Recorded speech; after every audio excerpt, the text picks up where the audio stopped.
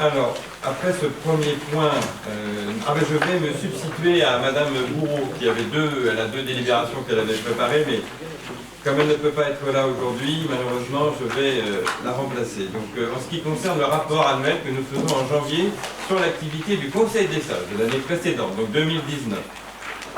En 2019, Madame Bourreau, et je peux souscrire, les membres du Conseil des sages ont à nouveau démontré dynamisme, motivation, avec une qualité et une diversité dans leur travail. Grande assiduité dans de nombreux travaux ont été mis en œuvre, comme en témoigne le bilan d'activité. Nous avons eu 3 plénières, comme chaque année, et le Conseil des sages est organisé en 2 commissions qui travaillent. Ils ont travaillé sur des actions communes. Le Conseil des sages a participé en début d'année au 3e grand débat lancé par Nantes Métropole sur la transition démographique du vieillissement, avec la production d'un cahier d'acteurs fait par le Conseil des sages de Boueil, ayant pour thème la longévité comme un projet de vie, quel choix pour chacune et chacun. Ça, c'était le terme général. Je crois qu'ils ont travaillé sur la pratique du sport pour les seniors. C'était une problématique intéressante pour le maintien en meilleure santé. La validation de ce travail est en ligne sur le site de Nantes Métropole.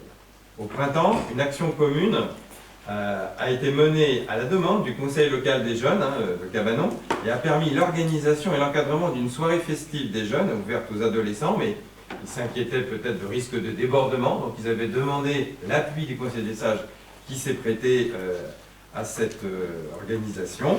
Donc, moment très apprécié des participants. Et puis en septembre, ça a été un peu l'inverse, puisque le Conseil des sages organise le pique-nique intergénérationnel à la Mévelière, et c'est le Conseil local des jeunes qui est venu animer une activité de bateau pop-up.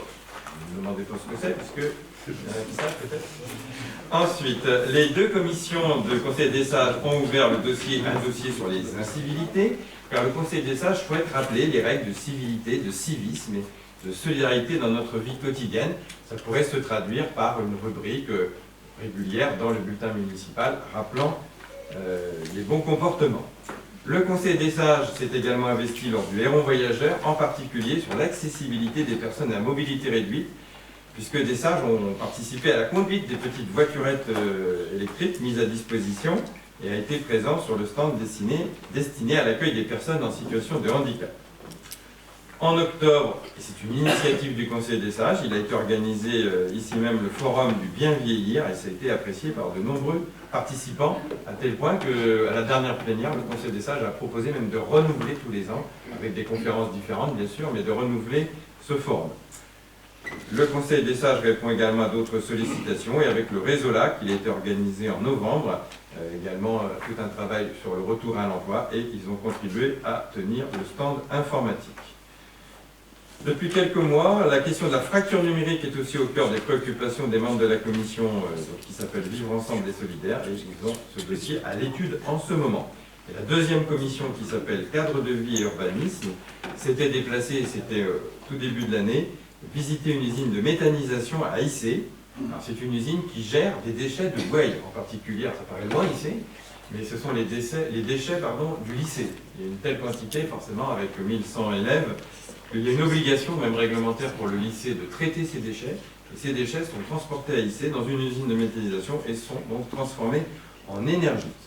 Donc le Conseil des sages s'était intéressé à cette question pour voir si ça pouvait se généraliser aux autres établissements scolaires de notre commune.